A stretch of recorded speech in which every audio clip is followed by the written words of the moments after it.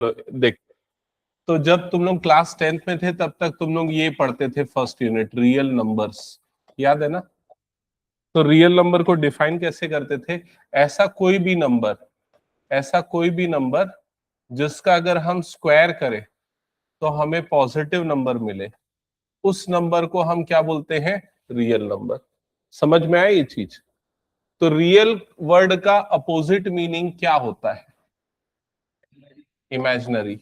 तो अब आया इमेजिनरी नंबर, तो इसका अपोजिट है तो मतलब डेफिनेशन भी अपोजिट होगी। स्क्वायर करने पे पॉजिटिव मिलता था, तो इसका स्क्वायर करने पे क्या मिलेगा? नेगेटिव। समझ में आया?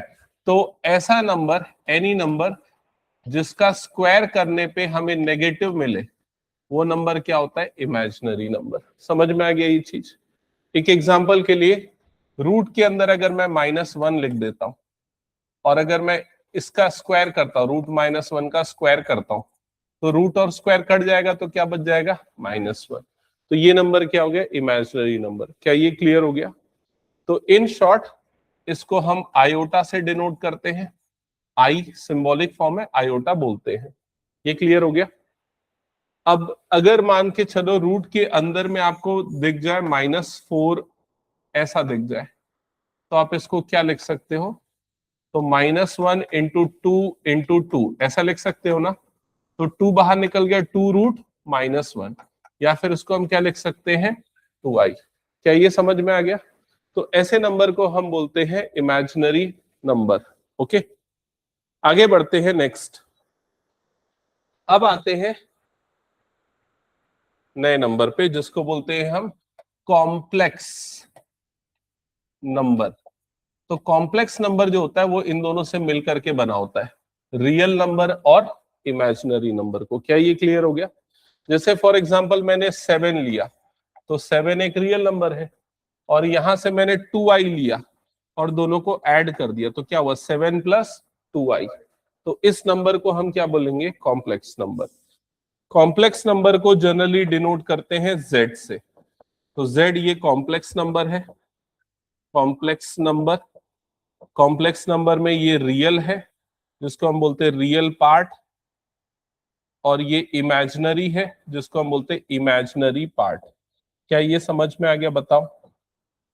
इसको स्टैंडर्ड फॉर्म लिखने का ऐसा होता है, z = a + ib, जिसमें z मतलब कॉम्प्लेक्स नंबर, a मतलब रियल पार्ट और b मतलब इमेजिनरी पार्ट।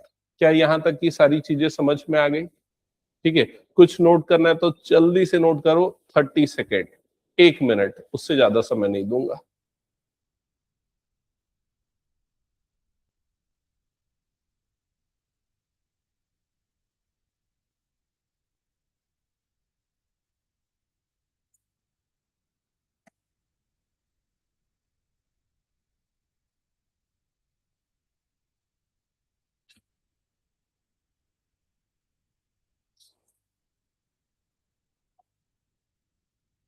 हो गया?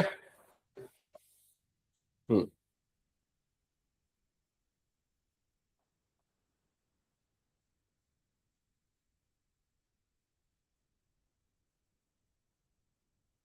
चलो अब आते हैं पावर ऑफ आई पे। पावर ऑफ आई मतलब i⁴n। ठीक है, तो सबसे पहले आते हैं i⁴1 की वैल्यू, i √-1 या फिर i⁴2 की वैल्यू -1, i⁴3 की वैल्यू। भविष्य तेरे को समझ में है क्या होगा? -i। समझा कि नहीं? क्यों -i हुआ? क्योंकि i³ को मैं i² इंटू आई लिख सकता हूँ। i² की वैल्यू -1 इंटू आई मतलब कितना हो गया? -i। i⁴ कितना होगा? तो i⁴ मतलब i² इंटू i², तो -1 इंटू -1 मतलब कितना हो जाएगा? +1। समझ में आ गया ना? तो i⁴ तेरे लिए एक लैंडमार्क हो गया। अब अगर उससे बड़ी कोई भी पावर आएगी ना, तो उसको i⁴ में तोड़ सकता है। जैसे इधर पे ध्यान दे, i⁵ दिखेगा तो उसको क्या लिखेगा तू? i⁴ इंटू आई, और ये तो क्या बन जाएगा? 1। आई की पावर 4 कितना हो गया 1, तो ये क्या आ गया आई। आई की पावर तेरे को 9 चाहिए, तो क्या लिख सकता है इसको, आई की पावर 8 इंटू आई। आई की पावर 8 मतलब वही 4 का मल्टीपल है ना ये, तो ये भी कितना हो जाएगा 1 हो जाएगा। 1 इंटू आई मतलब क्या आ जाएगा ये आई। क्या ये समझ में आ गया? तो इन शॉर्ट अगर मैं इसको ऐसा लिखना चाहूं कि आई की पावर में अगर n है, आई की पावर में अगर n है, और अगर हम n को डिवाइड कर रहे हैं 4 से, n को डिवाइड कर रहे हैं 4 से, और 4 से डिवाइड करने पे अगर हमको रिमाइंडर 1 मिलता है, r का मतलब क्या है रिमाइंडर, अगर रिमाइंडर 1 मिलता है, ठीक है, तो i to the power n की वैल्यू क्या होगी, i to the power n की वैल्यू i के इक्वल होगी। समझ में आ गया? अगर रिमाइंडर 2 मिलता है तो i to the power n की वैल्यू क्या होगी, आई स्क्वायर के बराबर मतलब कि -1 के बराबर। अगर रिमाइंडर 3 मिलता है तो i to the power n कितना हो जाएगा -1। और अगर रिमाइंडर 4 कैसे मिलेगा, क्या मिलेगा रिमाइंडर 0। अगर रिमाइंडर 0 होता है मतलब 4 से पूरा डिवाइड होता है, तो i to the power n की वैल्यू कितनी हो जाएगी 1 हो जाएगी। समझ गए? नहीं समझे तो एक एग्जांपल देखो, जैसे मैंने लिखा i रेस टू पावर 232, ठीक है, तो आपने देखा n क्या है, n है 232, आपने 232 को डिवाइड किया किससे 4 से, तो 4 5 जा कितना हो गया 20, यहाँ पर बचा 3 और 2, 4 8 जा 32, रिमाइंडर क्या बचा 0, 0 बचा मतलब इसकी वैल्यू कितनी होगी 1। क्या ये समझ में आ गया? अगर मैंने लिखा i रेस टू पावर 73, तो 73 को मैं डिवाइड करूंगा किससे 4 से, 4 1 जा 4, 3 और 3, 4 8 जा 32, तो रिमाइंडर क्या बचा 1, रिमाइंडर बचा 1 बचा मतलब इसकी वैल्यू क्या होगी आई। क्या ये समझ में आ गया सभी को? ठीक है, तो ये रेस कर रहा हूं मैं। अब बात करते हैं कि ये बताओ 1/i की वैल्यू क्या होगी।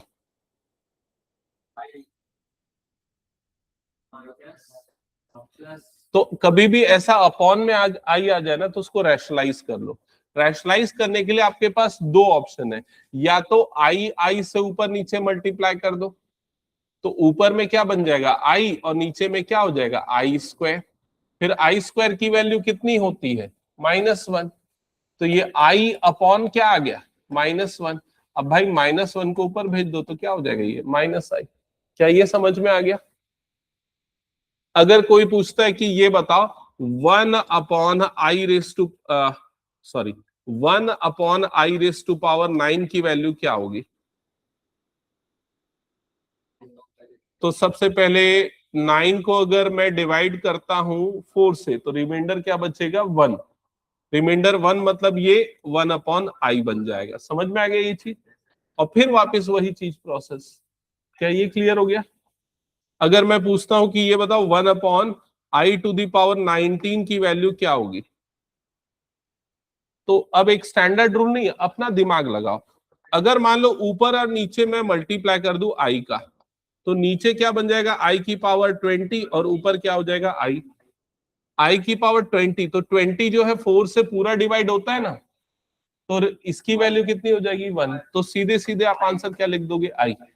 समझ गए ना? तो एक रूल नहीं, आपको अपने हिसाब से दिमाग लगाओ। आपको ये क्लियर है कि भाई उसकी पावर में अगर 4 का मल्टीपल है तो मतलब वैल्यू 1 बन जाती है। समझ गए? अब अगर ये बोल देगा कोई 1/i टू द पावर 7, बताओ वैल्यू क्या होगी, तो ऊपर नीचे क्या मल्टीप्लाई करोगे आई, ऊपर नीचे आई मल्टीप्लाई करोगे, नीचे आई की पावर 8 मतलब कि क्या हो जाएगा 1, तो आंसर कितना आ जाएगा आई। क्या ये समझ गए? ठीक है, अब आगे बढ़ते सीधे क्वेश्चंस पे आते। तो सबसे पहला क्वेश्चन आपके सामने क्या बोल रहा है, express each of the complex number given in this in the form a+ib। तो उसको a+ib के फॉर्म में लिखना है, वो जो अपना स्टैंडर्ड फॉर्म होता है। तो कुछ नहीं, इसको थोड़ा बहुत सिंप्लीफाई करते हैं। सबसे पहले अगर मल्टीप्लाई करेंगे तो ये माइनस और प्लस मतलब मल्टीप्लीकेशन क्या हो जाएगा माइनस, फिर उसके बाद ये 5 है और ये कितना है 3/5 है, तो रियल रियल को मल्टीप्लाई कर देते, 5 इंटू कितना हो गया 3/5। क्या ये क्लियर? फिर आई आई को मल्टीप्लाई कर देंगे, तो आई आई मल्टीप्लाई होगा तो क्या बन जाएगा आई स्क्वायर। समझ में आ गया? अब ये 5 और ये 5 तो कट जाएगा, तो यहां पर क्या बचा -3, और आई स्क्वायर की वैल्यू कितनी होती है -1, तो ये मल्टीप्लाई होगा तो क्या बन गया 3। समझ में आया ना? और तो 3 मतलब अपने को क्या मिला, रियल पार्ट मिला, अपने को आई नहीं मिला, तो अपन क्या लिखेंगे प्लस आई इंटू 0। समझ गए ना? इसको स्टैंडर्ड फॉर्म में लिखना है इसलिए। समझ गए सभी? आगे बढ़े अगले क्वेश्चन की तरफ। चलो नेक्स्ट क्वेश्चन।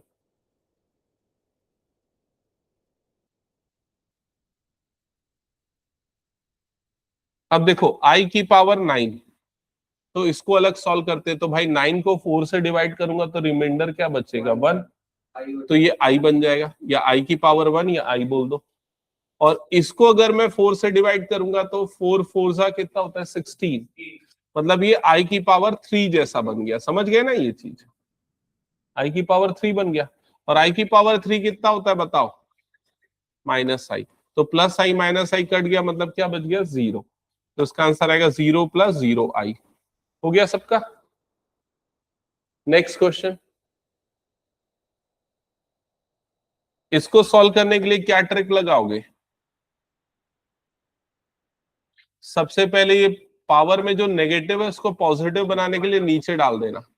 1/i की पावर क्या हो गया 39। अब मैंने एक ट्रिक बताया था ना, क्या बताया था? रैशनलाइज करना मेरे लिए ज्यादा आसान होगा मेरे ख्याल से। ऊपर और नीचे किससे मल्टीप्लाई कर दे, आई से, जिससे नीचे आई की पावर क्या बन जाएगा 40, और ऊपर में आई, तो आई की पावर 40 मतलब 1 बन जाएगा। तो आंसर कितना आ गया आई, या फिर इसको 0 + 1i ऐसा लिख देता हूं। ठीक है, हो गया। Next question.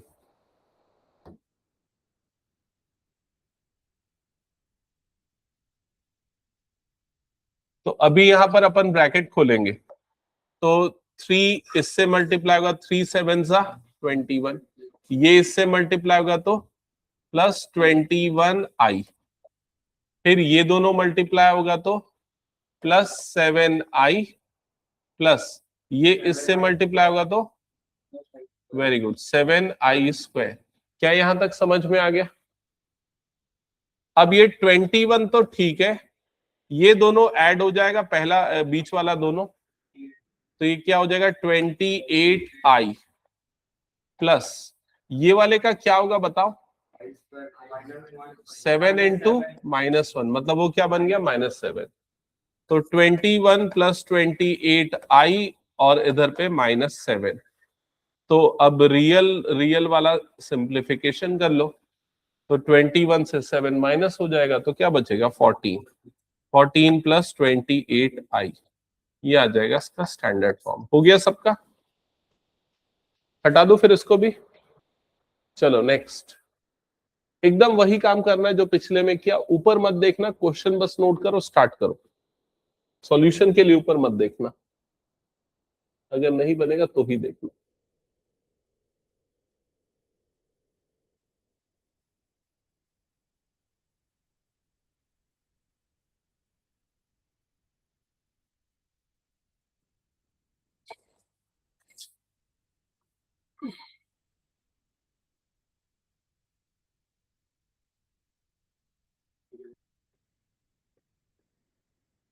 हो गया? और बाकी किसी का देख लो। अब थोड़ा सा इधर पे पहला स्टेप में गड़बड़,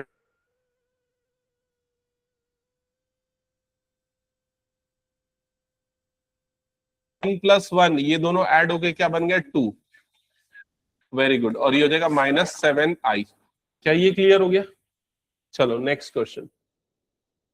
हाँ, इसमें भी वही काम करना है, बस नंबर्स आपके फ्रैक्शंस में है।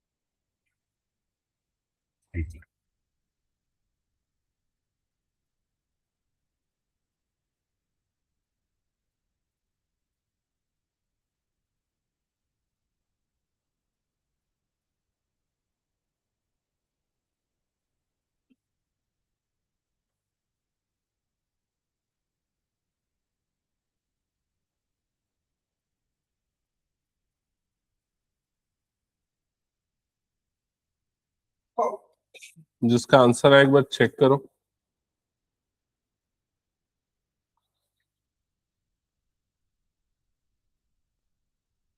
बना क्वेश्चन एक आध दो देख के बना कि बिना देखे बना? बाकी लोग चेक करो ये हुआ क्या। प्रिंस कहां पर प्रॉब्लम आई बता। पहला स्टेप में कोई दिक्कत नहीं।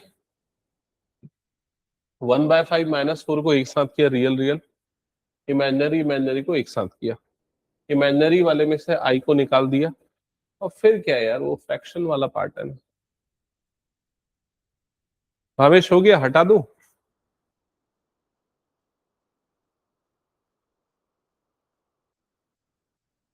हाँ जल्दी बोल, हो गया कि नहीं भावेश? तो जल्दी कर। आई हो? अच्छा,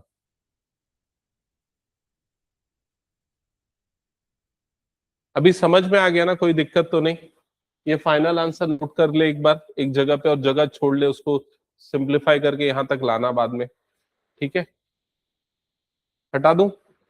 चलो नेक्स्ट क्वेश्चन, अब इसको करो जल्दी जल्दी।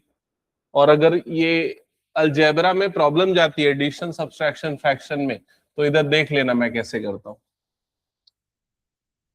सबसे पहले ये 1/3 प्लस 7/3i, ये बीच में प्लस है तो कोई दिक्कत नहीं, ब्रैकेट ओपन होगा और जैसा का वैसा टर्म आ जाएगा। यहां तक क्लियर? लेकिन यहां बीच में माइनस है तो ये ब्रैकेट खुलेगा तो दोनों का साइन चेंज होगा, तो माइनस माइनस ये +4/3 हो जाएगा, और ये बन जाएगा -i। अब दो तरह के नंबर हैं, दो तरह के, एक तो रियल वाला ये और ये रियल वाले को एक साथ एक ग्रुप में लिख देते हैं, तो 1/3 +4/1 +4/3।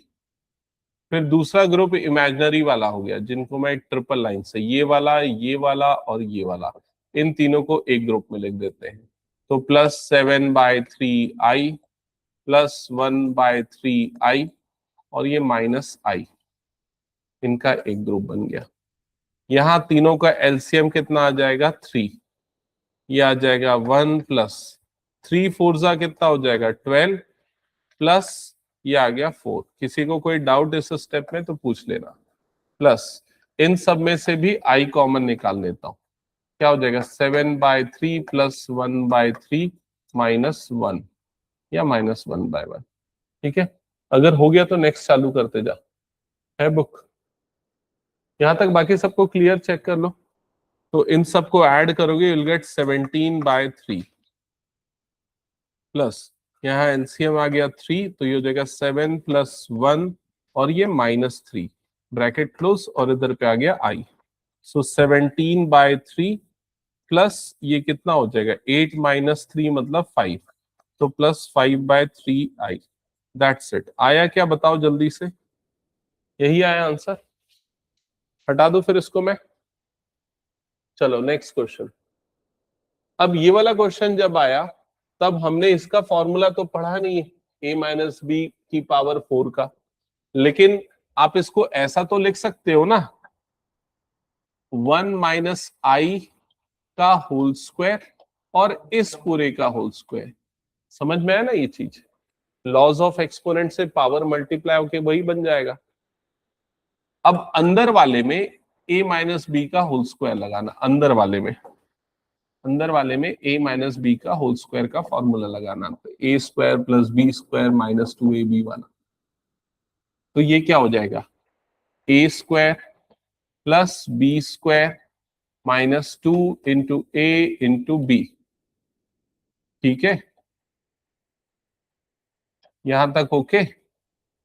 अब 1 का स्क्वायर तो 1 ही रहेगा। आई स्क्वायर कितना हो जाएगा? आई स्क्वायर कितना होता है? -1। और ये तीनों जब मल्टीप्लाई होगा तो क्या बना? -2i। समझ में आया? तो इसके बाद फिर क्या होगा? ये दोनों कट के क्या हो गया? 0। तो क्या बचा आपके पास? -2i का होल स्क्वायर। समझ में आया? और किसी का? और किसी का? देखो देखो, सबसे पहले तीनों का स्क्वायर होगा, माइनस का स्क्वायर होके क्या हो जाएगा? प्लस। फिर 2 का स्क्वायर होगा, 2 का स्क्वायर क्या होगा? 4। और फिर इसका स्क्वायर आई स्क्वायर। और आई स्क्वायर की वैल्यू क्या होती है? -1। तो ये हो जाएगा -4। आई स्क्वायर -1 होता है ना। ठीक है, हटा दो फिर इसको मैं। नेक्स्ट, इसके लिए आप लोगों को पता होनी चाहिए आइडेंटिटी a+b होल क्यूब। किसको किसको याद है?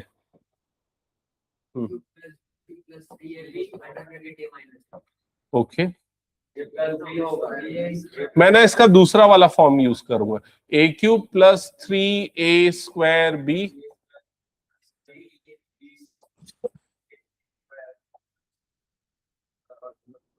ठीक है, ये फॉर्म को ऐसे याद रखते हैं, पहले में a⁻3, फिर a⁻2, फिर a⁻1, फिर a गायब। पहले में b गायब है, फिर b⁻1, b⁻2, b⁻3। समझ गए ना? तो a3 से कम होते हुए गायब हो जाएगा, b 0 से फिर पावर 3 तक। हाँ, तो यहां पर अप्लाई करेंगे तो बताओ क्या हो जाएगा? a⁻3 + 3a² into b + 3a into b² + b⁻3। क्या ये क्लियर हो गया? चेक कर लो एक बार।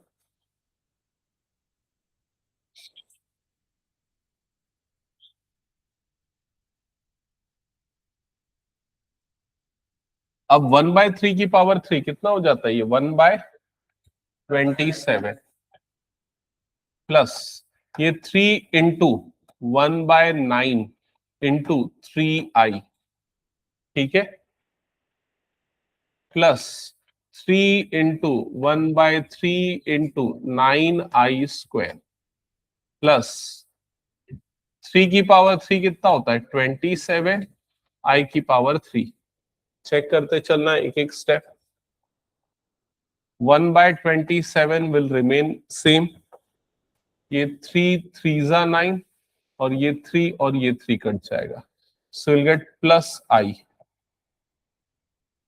ये 3 और ये 3 कट जाएगा तो +9i²। और i² की वैल्यू अपन क्या रख देंगे यहाँ पर? -1। समझ गए ना?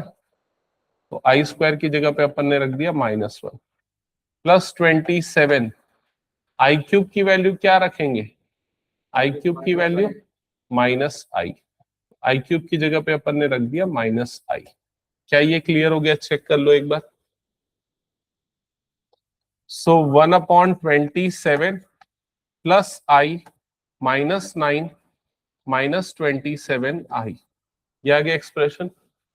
अब रियल रियल वाले को एक तरफ करते, एक साथ करते, और इमेजिनरी इमेजिनरी को एक साथ। तो 1/27 -9 इन दोनों को एक साथ, प्लस i -27i इन दोनों को एक साथ। यहां तक क्लियर हो गया? अब इस फ्रैक्शन को सिंप्लीफाई करना, सो एलसीएम विल बी 27 और इधर आ जाएगा 1 - 7 9 63, ये आ गया 6, 9 2 18 + 6 34, तो ये आ जाएगा। और जब इसको माइनस करोगे यूल गेट -342/27 और ये नंबर आ जाएगा -26i। 242 तो लिखा क्या मैं? नहीं, एक मिनट, 9 3 सा 9 7 सा 63 का 3 हो गया 6 9 2 सा 18, अच्छा 24, हाँ 242। एक बार आंसर्स चेक कर लो तो इसका यही है। तो ये क्लियर हो गया, चेक कर लो बाकी सब भी।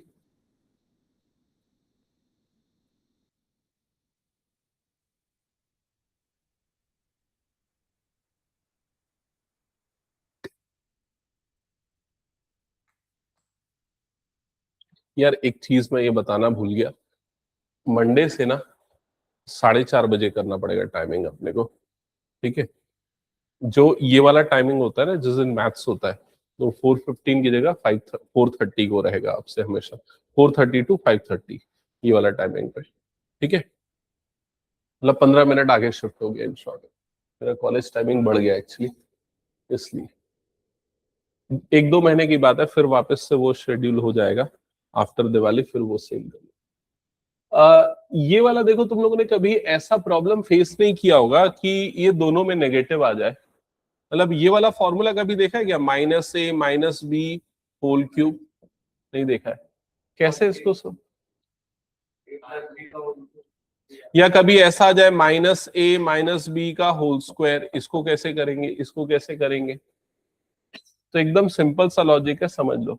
अगर दोनों में माइनस है और पावर में ऑड है, तो माइनस को बाहर निकाल देना और सबको प्लस कर देना, समझ गए क्या? लेकिन अगर दोनों में माइनस है और पावर में इवन नंबर है, तो दोनों को प्लस कर देना और कोई माइनस माइनस बाहर निकालने की जरूरत नहीं है। समझ में आ गया? इसके पीछे सिंपल सा लॉजिक ये है, माइनस कॉमन निकला, पावर में 3 था इसलिए माइनस हो गया, माइनस कॉमन निकला, पावर में 2 था तो माइनस की पावर इवन, मतलब क्या हो गया, पॉजिटिव। समझ गए ना ये चीज? तो इन शॉर्ट मैं इसको सीधे सीधे माइनस को बाहर करके मैं इस चीज को लिख सकता हूं 2 + 1/3i whole to the power 3।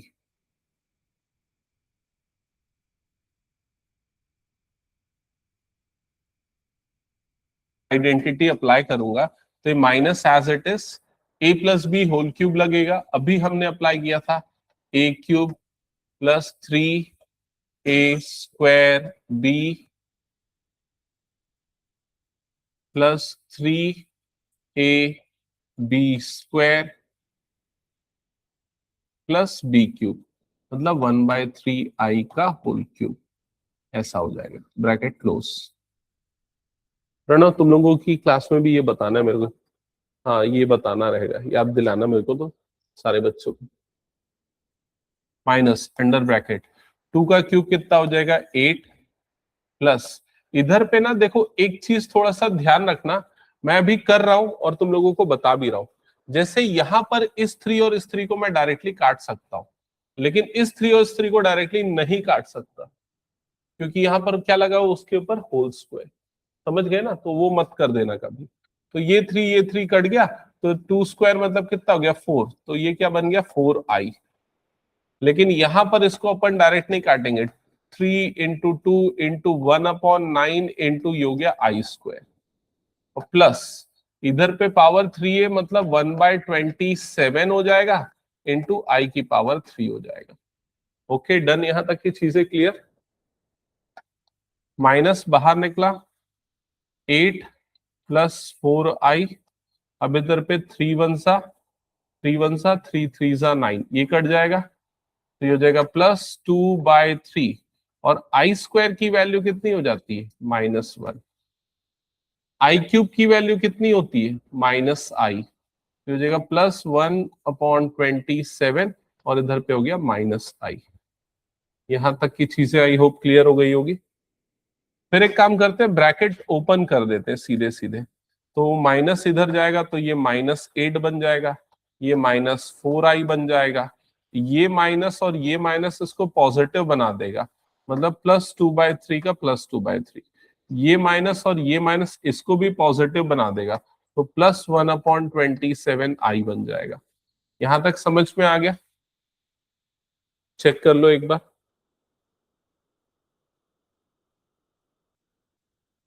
अब रियल वाले पार्ट्स को एक साथ करो, इमेजिनरी वाले पार्ट्स को एक साथ करो।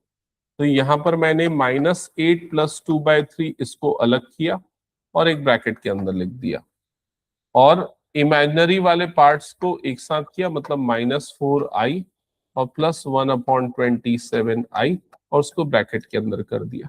अब उसके बाद नॉर्मल सिंप्लीफिकेशन है, कंप्लीट करो, चेक कर आंसर और फिर आगे बढ़ जा। और किसका किसका आ गया? आयुष आया तेरा?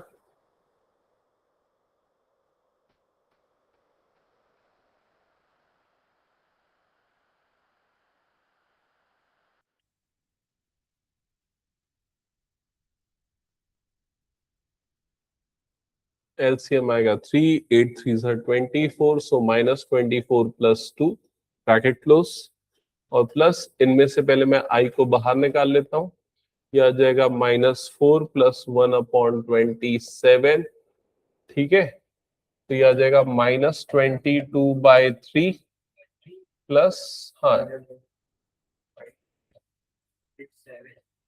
हाँ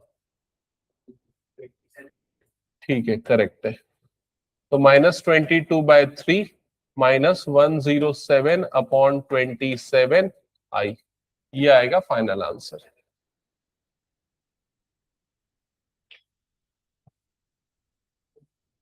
हो गया सबका? बता दो एक बार।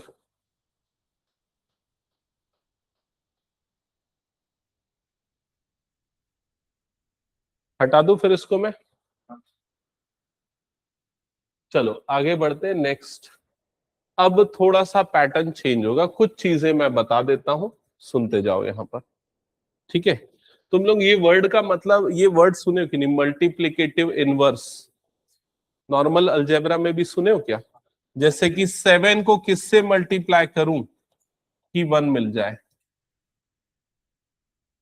7 को 1/7 से मल्टीप्लाई करूंगा तो क्या मिल जाएगा? 1, ठीक है। 5 को किससे मल्टीप्लाई करूं कि 1 मिल जाए? 1/5, समझ में आया कि नहीं? 3/2 को किससे मल्टीप्लाई करूं कि 1 मिल जाएगा? 2/3, क्या ये समझ में आ रहा है? तो इसे इसे इसका मल्टीप्लिकेटिव इनवर्स कहेंगे। ये इसका मल्टीप्लिकेटिव इनवर्स है, ये इसका मल्टीप्लिकेटिव इनवर्स है, लाइक दिस। क्या ये क्लियर हो गया? तो ये हम रियल नंबर के मल्टीप्लिकेटिव इनवर्स की बात कर रहे थे। अब इमेजिनरी नंबर के लिए मल्टीप्लिकेटिव इनवर्स क्या होगा? फॉर एग्जाम्पल z, अगर मेरे पास कोई एक नंबर है जो है 1 प्लस, या दूसरा कुछ देता हूं, 2 + 1i, ये मान लो एक नंबर है z, इसको किससे मल्टीप्लाई करूं कि मुझे 1 मिल जाए? अभी फॉर्मूला अपन नहीं जानते, अपने को नहीं पता फॉर्मूला, मान लो अपने को नहीं पता फॉर्मूला, है ना। अपन इसको किससे मल्टीप्लाई करें कि 1 बन जाए? तो हमने ये सोचा कि भाई 1/z से मल्टीप्लाई करेंगे, 1/z से मल्टीप्लाई करेंगे, तो वो कितना बन जाएगा? 1। क्या ये समझ में आ गया? 1/z को अपन और क्या लिख सकते हैं?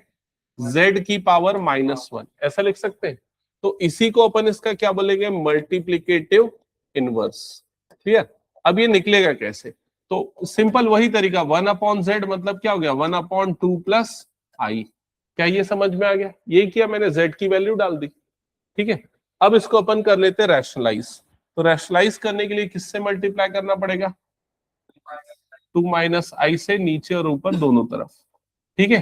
तो इधर पे बन गया z इनवर्स, और इधर ऊपर में जब मल्टीप्लाई होगा तो क्या हो गया? 2 - i, और नीचे में क्या हो जाएगा? 2² - i²। समझ में आ गया? तो z inverse is equal to क्या आ गया? 2 - i अपॉन, ये कितना बन जाएगा? 4 - -1 मतलब क्या बन गया? 4 + 1। तो 2 - i डिवाइडेड बाय 4 + 1, मतलब z इनवर्स कितना आ गया हमारे पास? 2 - i डिवाइडेड बाय 5। ये आया अपने पास z इनवर्स। अब क्या वाकई में z को इससे मल्टीप्लाई करने पे 1 मिलेगा? ऐसा लग रहा है? करके देख लेते हैं एक बार। चलो z को और z इनवर्स को मल्टीप्लाई करते हैं।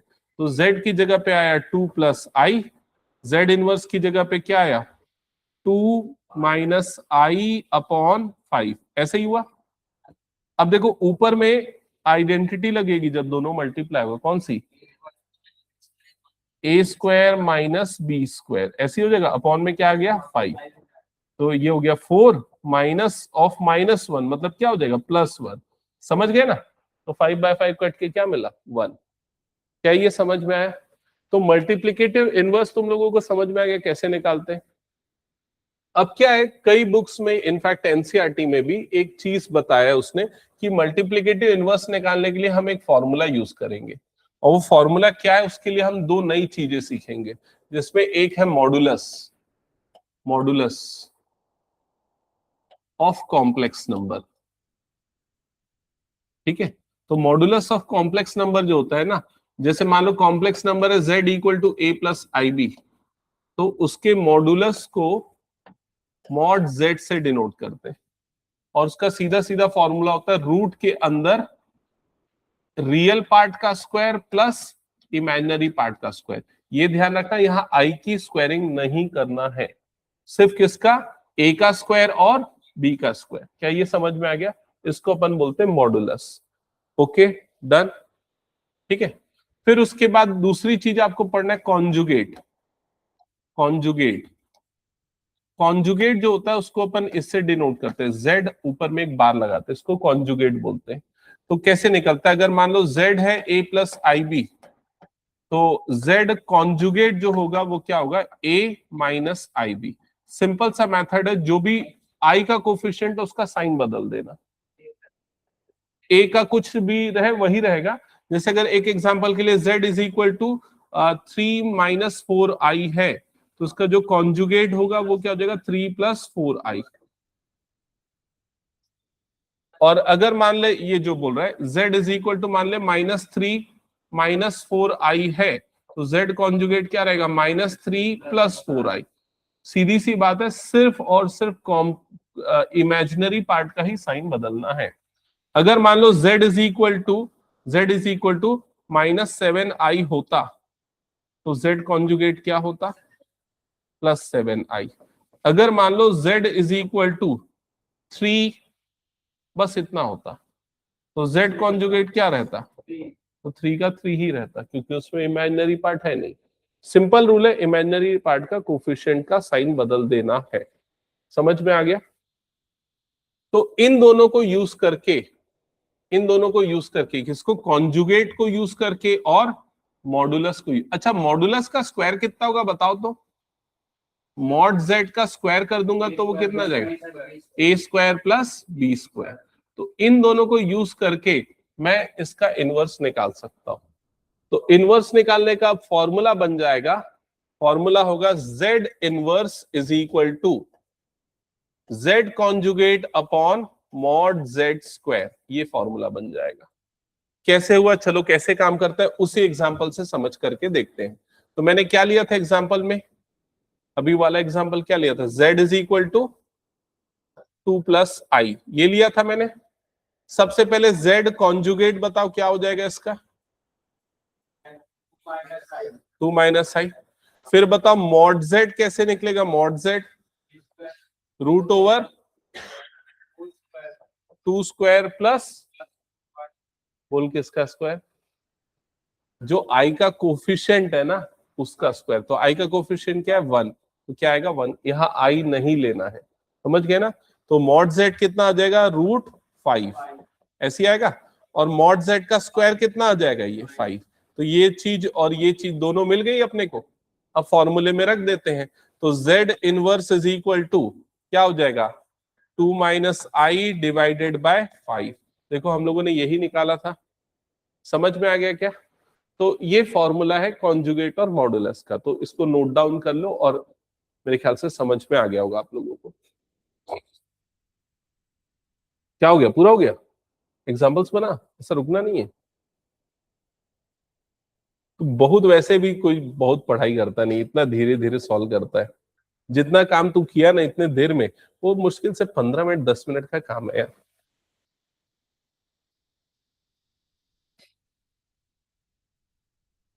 कर जल्दी।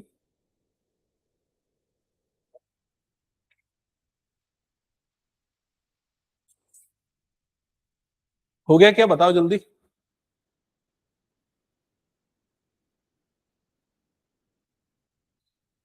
एक बात बताऊं, चलो इधर पे ध्यान दो। कॉम्प्लेक्स नंबर जो होता है ना, कॉम्प्लेक्स नंबर, जैसे रियल नंबर जानते हैं ना, रियल नंबर को रिप्रेजेंट करने के लिए ग्राफिकली अपन एक लाइन यूज करते हैं जिसको क्या बोलते हैं, रियल नंबर लाइन। पढ़ा है ना ये चीज, 9th में नंबर लाइन में रिप्रेजेंट करो √3 √5 ऐसा कुछ। ठीक है, तो बताओ इमेजिनरी नंबर इसमें कहां पर आएगा, इस रियल नंबर लाइन में इमेजिनरी नंबर कहां पर आएगा? इसमें आ ही नहीं सकता क्योंकि इसका नाम ही है रियल नंबर लाइन।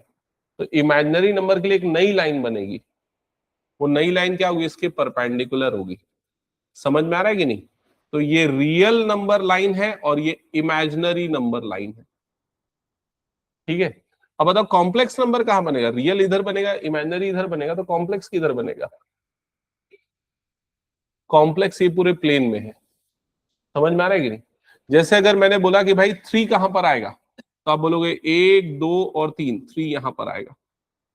ठीक है, अगर मैंने बोला 2i कहां पर आएगा बताओ, तो 2i आप बोलोगे 1 2, मतलब 2i जो है वो यहां पर आएगा। समझ गए ना ये चीज?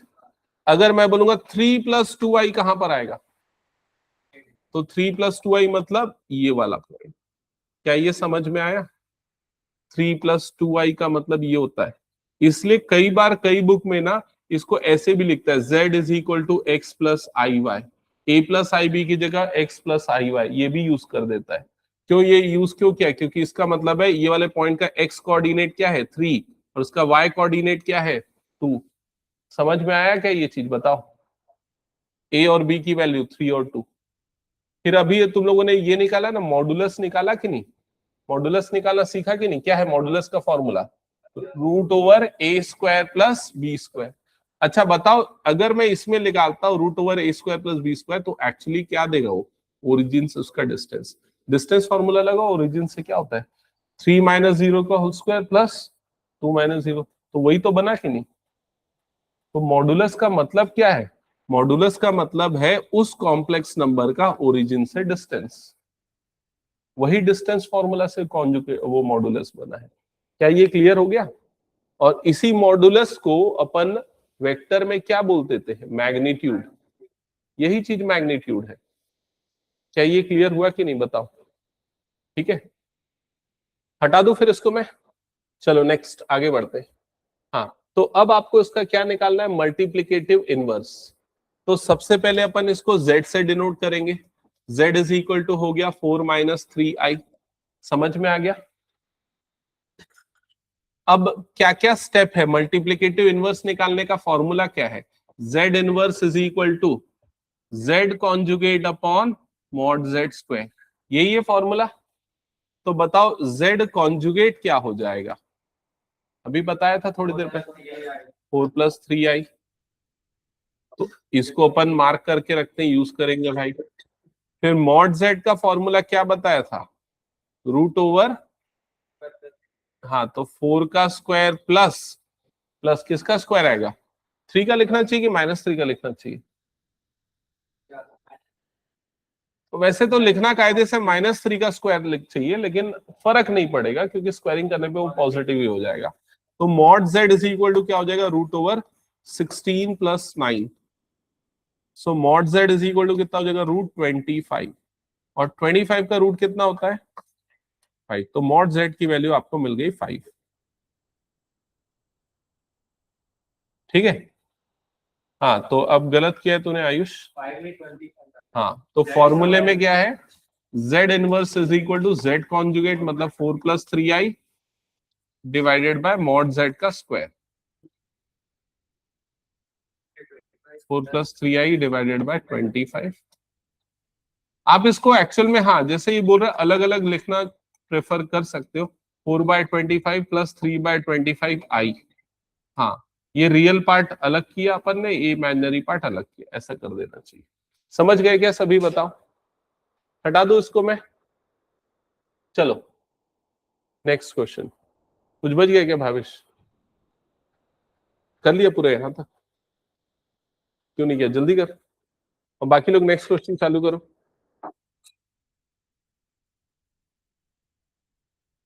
हो गया? चलो नेक्स्ट क्वेश्चन।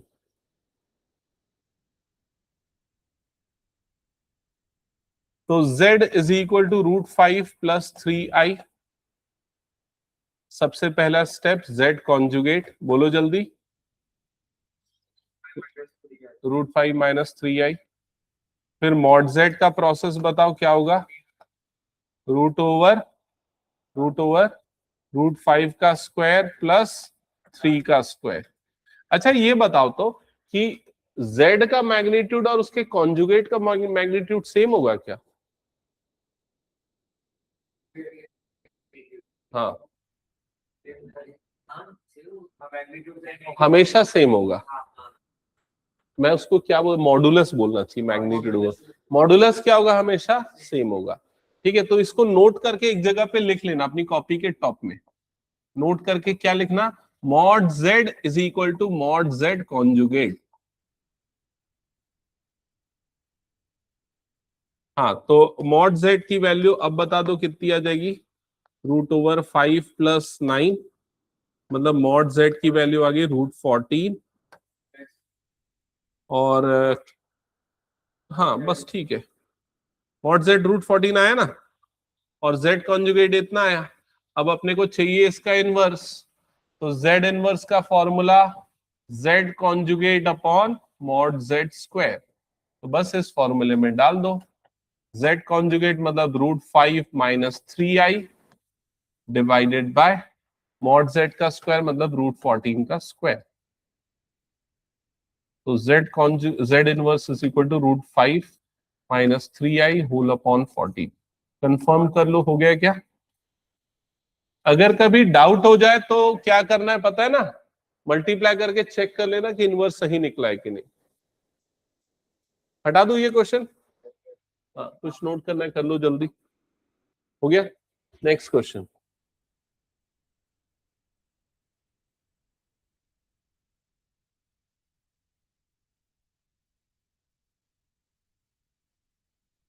तो z is equal to 0 - i, -i भी लिखोगे तो भी चलेगा, मैंने 0 भी लिख दिया। तो z कॉन्जुगेट क्या हो जाएगा, 0 + i, और you can simply write i। Mod z क्या हो जाएगा, √0² प्लस, हाँ क्या मिलेगा,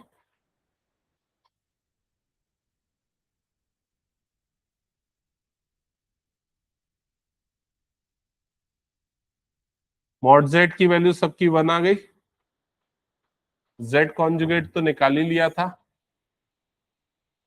अब जो z इनवर्स होगा it will be z conjugate upon mod z square,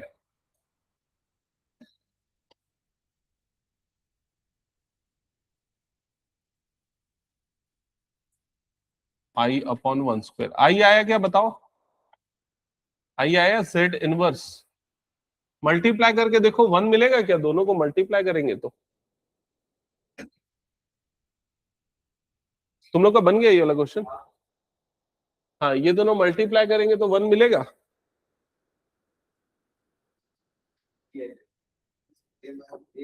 -i जब मल्टीप्लाई करोगे तो -i², i² की वैल्यू -1 तो +1। ठीक है, हटा दो फिर उसको मैं, चलो नेक्स्ट। अब इस क्वेश्चन में बोल रहा है express this question in the form a + ib। तो इसमें कुछ नहीं करना, a + ib के फॉर्म में इसको लिखना है, दैट्स इट, बस इतना ही है क्वेश्चन। तो पहले तो नॉर्मल अलजेब्रिक सिंप्लीफिकेशन करना पड़ेगा। न्यूमरेटर में, डिनोमिनेटर में पहले तो मैं डायरेक्ट ब्रैकेट ओपन करता हूं क्योंकि बीच में माइनस का साइन है। तो ये हो गया √3 + √2i, ये हो जाएगा -√3 + i√2। यहां तक ओके, कंफर्म करो। न्यूमरेटर में ये मल्टीप्लाई होगा 3, तो 3 multiplied by 3 - i√5 plus i√5 multiply होगा पूरे ब्रैकेट के साथ, तो 3 - i√5। यहां तक ओके, कंफर्म कर दो। फिर उसके डिनोमिनेटर में क्या क्या होगा, तो डिनोमिनेटर में ये और ये कट जाएगा, √2i प्लस रूट टू आई, एड होके ये क्या बन जाएगा 2√2i। न्यूमरेटर में ये टर्म इससे मल्टीप्लाई होगा, ये टर्म इससे मल्टीप्लाई होगा, so will get 9 minus 3√5i। Similarly, this term multiplied with this, so you'll get plus 3√5i, और फिर ये टर्म जब इससे मल्टीप्लाई होगा you'll get माइनस आई स्क्वायर इंटू √5 स्क्वायर, ऐसे ही हो जाएगा। सो डिनोमिनेटर 2√2i, न्यूमरेटर में ये दोनों टर्म्स कट जाएंगे, you'll get 9 माइनस आई स्क्वायर की वैल्यू क्या रखेंगे -1, तो क्या -1, और √5 का स्क्वायर मतलब ये कितना हो जाएगा 5, so will get 9 plus 5 divided by 2√2i। एक बार चेक करते चलो, यहां तक क्लियर हुआ? हाँ, 14 अपॉन 2√2i, यहां तक आया। 2 1 जा 2 7 जा कट जाएगा, तो ये बन जाएगा 7 अपॉन √2i। स्टैंडर्ड फॉर्म में नहीं आया है, स्टैंडर्ड फॉर्म में लाने के लिए ऊपर और नीचे i से मल्टीप्लाई कर देते, तो numerator 7i upon √2i square, I square की वैल्यू -1 होती है, तो ये हो जाएगा -7 अपॉन √2i, ये आएगा फाइनल आंसर। ठीक है, और इसके पहले 0 लगा दो।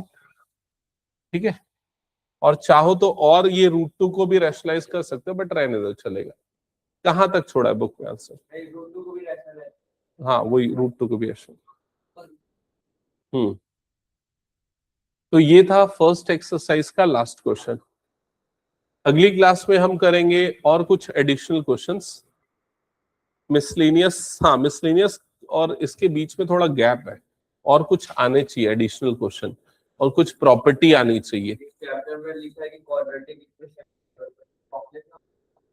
ये एक्चुअली क्या किया, एनसीईआरटी इतना आलसी है कि ना, नहीं, वो क्या किया, इसके पहले एक दूसरी बुक आती थी, वो बहुत मोटी थी, ये वाली बुक थी 11th की पुरानी। ठीक है, तो इसने क्या किया, हर चैप्टर से कई कई पोर्शन डिलीट कर दिया। तो डिलीट किया तो ऐसा डिलीट नहीं किया कि वो टॉपिक को हटा के री एडिट किया, उसने सीधा वो पेज नंबर फाड़ दिया, ऐसा समझ के चलो, समझे कि नहीं? तो नाम भी नहीं बदला उसने, कोई टॉपिक भी ऐसे छोड़ दी जिसको उसने डिलीट कर दिया है, तो ऐसे उसने डिलीट किया है।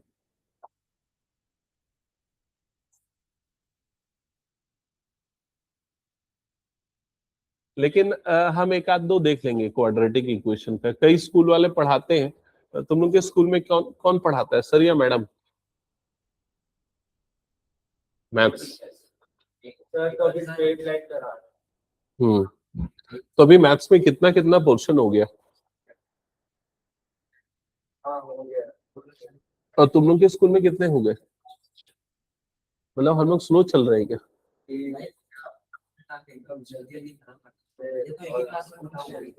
अगर मान के चलो स्कूल में कोई टेस्ट होने वाला है, हाफ ईयरली होने वाला है, और ऐसा चैप्टर आ रहा है जो मैं नहीं पढ़ाया हूँ, तो मुझे एक बार बता देना, तो एक बार ना थोड़ी लंबी क्लास ले लूंगा, बूस्टअप क्लास, 1.5 2 3 घंटे जितना लगेगा, और अपन फटाफट 2 3 चैप्टर खत्म कर देंगे। ठीक है, अदरवाइज क्या नॉर्मल स्पीड से चलोगे ना, तो क्या थोड़ा प्रैक्टिस करते जाओगे तो